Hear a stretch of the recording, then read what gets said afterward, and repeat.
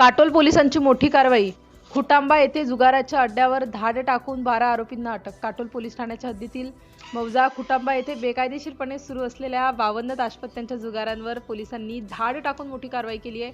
14 मार्च 2026 रोजी मिळालेल्या गुप्त माहितीवरून केलेल्या या कारवाईत पोलिसांनी वसीम इब्राहिम मुसानी वय 42 वर्ष, शेख इलाईज शेख गुलजार वय 76 वर्ष, विजय बाबाराव ढोके वय 35 वर्ष, बलराम हरिसिंग चौहान वय 49 वर्ष, वसीम शेख सलीम शेख वय 35 वर्ष, गुड्डू रूपराव मारवाडी वय 32 वर्ष, विशाल दर्याजी सोलंकी वय 27 वर्ष, प्रकाश चिधूजी कावडे वय 46 वर्ष, सुधाकर गणूजी मरसकोल्हे 52 वर्ष, संदीप शालिकराम रेवतकर वय 46 वर्ष, शिवदास दामू राजपूत वय 39 वर्ष आणि ज्ञानेश्वर पांडुरंगजी कोहडे वय 52 वर्ष या 12 आरोपींना रंगेहात अटक करण्यात आली आहे। या छाप्यात 52 ताशपत्ते, 16,550 रुपये रोख, 11 भ्रमणध्वनी आणि 7 मोटारसायकली असा एकूण 8,34,600 रुपयांचा मुद्देमाल जप्त करण्यात आला। पोलिसांनी सर्व आरोपींविरोधात महाराष्ट्र जुगार कायद्यासह कलम 49 अन्वये गुन्हा नोंदवून पुढील तपास सुरू केला आहे। या धडक कारवाईमुळे परिसरातील अवैध धंदे करणाऱ्यांचे धाबे दणाणले असून पोलिसांनी अशा गुन्हेगारांवर कडक नजर ठेवली आहे। ही कारवाई वरिष्ठ पोलीस अधिकाऱ्यांच्या मार्गदर्शनाखाली